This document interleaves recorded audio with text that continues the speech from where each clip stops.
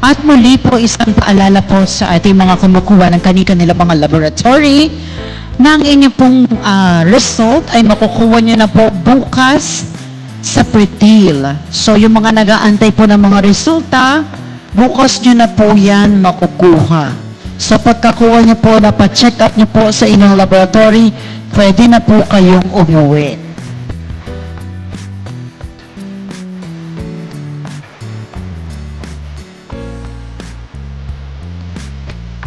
At muli po, nagpapasalamat po kami sa ating mga volunteers at sa ating mga sponsors ngayong umaga.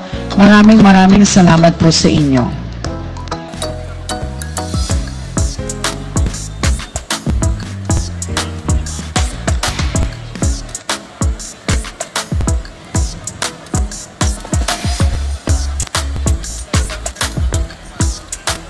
At ang lahat po ay makakatanggap ng services ngayong umaga.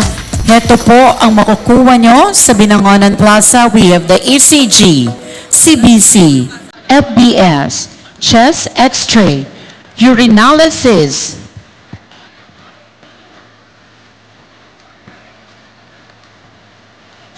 diabetic food screening, check-up, butika ng bayan, bunot ng ngipin, HIV testing, flu vaccine para sa ating mga senior citizen, urine, creatinine test, dog and cat anti-rabies, at syempre, ang ating Only Foods. At ngayong po umaga, we would like to acknowledge the presence of Konsehala Tinti Estacio Cerda. Magandang umaga po.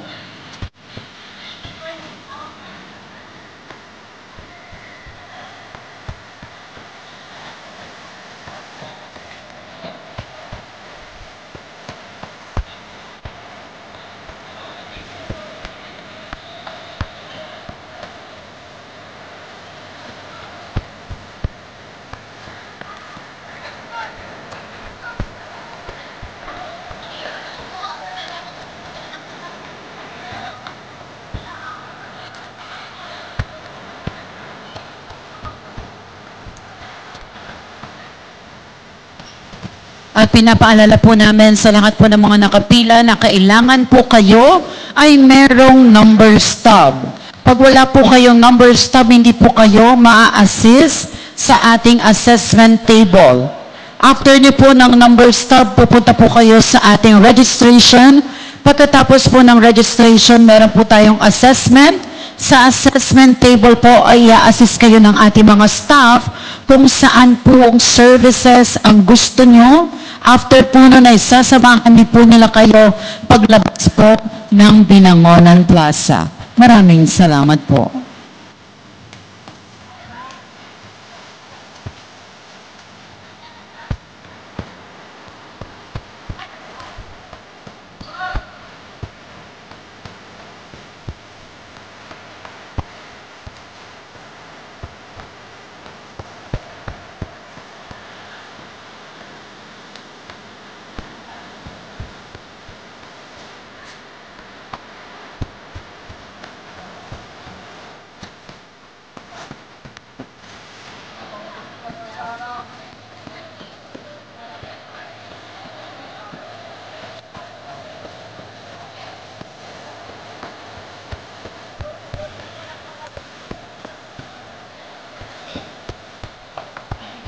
Three stories about grace, love, and hope.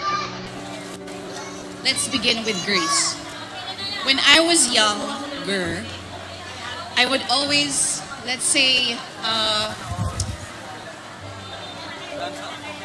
nagpapasundo ako sa tatay ko when I was in the US. Tapos tatawag ang school clinic kay Daddy, Mr. Inares, can you please fetch your daughter from the school clinic? Meron po kaming napulot na nawawalang ID. Ang pangalan niya po ay Perla Alcoriza. Baka po may nawawalang ID na sa akin po. Ang pangalan niya po ay si Perla Alcoriza. And fetch me. At imbes na pagalitan niya ako, we would go to Taco Bell and have a snack together. Kasi gusto kong i-share sa inyo anong ibig sabihin ng grace. Grace is choosing compassion when it is undeserved. Grace is patience. Grace is forgiveness. And grace is love that goes beyond logic. May isa pa akong kwento. Ito, alam po ito lahat ng ating volunteers mula sa Serenity Foundation. Alam niyo po, ang foundation natin ay volunteer and donation-based. Ibig pong sabihin, kung ano lamang po ang matanggap namin, yun lamang din po ang kaya namin ipamahagi. Minsan, para mapatakbo ang ating relief operations during calamities, abunado pa po ang ating mga volunteers.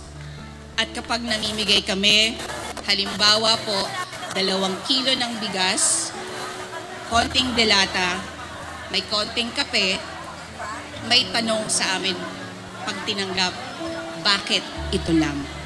Alam nyo, masakit pakinggan yun eh. Kasi alam mo, pagod na pagod yung mga volunteers namin. Dahil galing din sa bulsa nila yun. Pero dito ko naiintindihan ang ibig sabihin ng grace.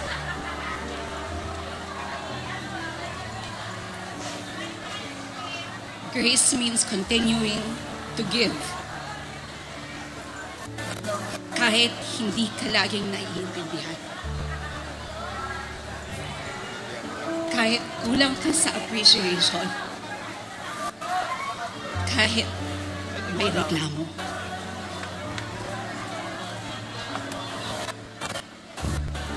Grace is serving not because people deserve it, but because God called us to love them anyway. At dito ko rin gusto ipasok sa inyo ang simpleng mensahe. Choose to be kind, always. Kasi hindi mo alam kung anong pinagdadaanan ng taong nagsabi sa inyo, bakit ito lang? Hindi mo alam na gutom na pala sila. Baka pagod na sila. Na-check up na po? Na-check up na. Kaya kami, imbis na magalit, kung magtanim ng samaan ng loob, pinipili pa rin namin ang kabutihan. Grace is exactly that. Choosing kindness, even when it's not easy. So now let's talk about love. Ito hindi na ako iiyak. Na-heartbroken na ba kayo? Taas kamay. Ako, sasama ko doon. Taas, yung totoo. Na-heartbroken na ba kayo? Parang ang dami nyo doon. Wait. What are the different kinds of love?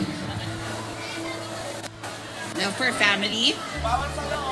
Or Hindi po pwede kumain. for friends? And of course, God's love for us. Maybe I can share one thing about this. In my journey as a public servant, may mga pagkakataon na napapagod din ako. Feeling ko hindi sapat yung ginagawa ko. Pero every time na bumabalik ako sa Kanya, ramdam ko na hindi ako nag-iisa. And that love gives me the strength to continue every single day. Alam nyo, if you are rooted in God's love, hindi kayo madaling tutumba. Kasi alam mo, kahit anong mangyari, may Diyos na laging nasa likod mo. Nasa tabi mo, mapakanan, mapakaliwa. Nandyan lang siya. Laging sumusuporta at nagmamahal sa atin. And that is real love. Real love is not about getting. It is about giving. That is the definition of love. Even when it costs you something, it's choosing to forgive, to serve, to understand kahit mahirap. Because real love is not convenience, it is a commitment. Araw-araw, alam nyo, bumabiyahe ako mula Tagpos hanggang Kalumpang, papunta ng munisipyo. Noong traffic, noong traffic sa Pantok. So, ibig sabihin ngayon, konti na lang. Tama? Noong traffic sa Pantok, it took me usually 45 minutes. Ngayon, it only takes us 15 minutes. Ang post ko dati noon, ang hirap-hirap ng mahalin. Ibig sabihin, ang hirap-hirap mahalin ng Binonan. Kasi laging may traffic. Pero kung tutuusin, ganun talaga, di ba, ang pagmamahal. Minsan mahirap, sa mga umibig na at nasaktan, sa mga hindi pa umiibig, expect it na lang. Alam niyo po, when I'm asked, bakit mahal kong Binonan? Ang sagot ko, simple lang. It's because of the people. Kayo, tayong lahat, magkakasama. Kasi at the end of the day, tayo rin lang ang nagbibigay halaga sa lugar na ito. At katulad ng sinasabi ko dati, kapag mahal mo, ipaglalaban mo. Tumatawa siya. Muli po, nagpapasalamat po kami sa Rotary Club para po sa binigay nilang free eyeglasses sa ating pong bukal, Honorable Patnubay Chamson, Konsehal Dr. Angalito de la Cuesta, Konsehal Jane Aposadero, Konsehala Coco Antiporda, and Konsehal Tinting Serda. Maraming salamat po. Nangangailangan ng pag-asa. Right? Kasi kapag walang pag-asa,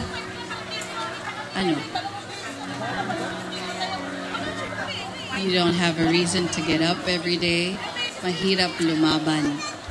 Ako mismo, I continue to hope for a better future. For a better family, for everyone, for a better Binonan. For our youth, of course. Pero natutunan ko actually that hoping is not enough. Hindi pwedeng umaasa ka lang. Kailangan kumikilos ka rin. Hindi rin pwede trabaho ka lang ng trabaho na para wala namang direksyon. I think some of our friends, parents, ganun araw-araw na lang, same thing. We move because we believe in something better. We work because we hope. When I served in Senator Rene Foundation for 16 years now, I saw how powerful hope can be. Yung mga tao na kahit hirap na hirap sa buhay, bumabangon pa din. Dahil umaasa sila na may darating na tulong. May darating na pagbabago. Pero ang tunay na pagbabago ay hindi lang po hinihintay. Ito po ay pinagpapaguran din. At dito pumapasok yung servant leadership. I want you all to be leaders. Every single one of you here. There's a reason why you're here. Because you can be leaders. Mga leader na hindi lang umaasa, kundi yung unang kumikilos. Unang nagsasakripisyo. At unang nagbibigay ng pag-asa sa iba, sa mga kasamahan nyo. Kung iisipin natin, lahat naman ng pagmamahal ay may kasamang pag-asa. Kasi kung mahal mo ang isang tao o isang bagay, hindi ka titigil sa kasalukuyan lamang. Lagi kang may inaasam para sa kanya, tama? Lagi kang pipiliin mong umasa. Pipiliin mong maniwala. Pipiliin mong kumilos para sa mas magandang kinabukasan. And I'm sure that goes for your parents. Every one of us here and your friends also can be part of the solution. Hindi natin kailangan maging gobernador. Hindi natin kailangan maging mayor or presidente. Sabi nga nila, hope is contagious. At kung ang bawat isa sa atin ay nagdadala ng pag-asa, magsisimula itong kumala. So ilan kayo ngayon dito? You're what? 200. 201. Add nyo na ako doon. It starts with us, right? It starts with me, it starts with you. And it can be contagious to everyone that you come across. Kaya kapag kumalat, mas malaki ang posibilidad na magkatotoo ang ating pangarap para sa Binangonan. Isang bayan na mas maayos, isang bayan na mas maganda, mas makulay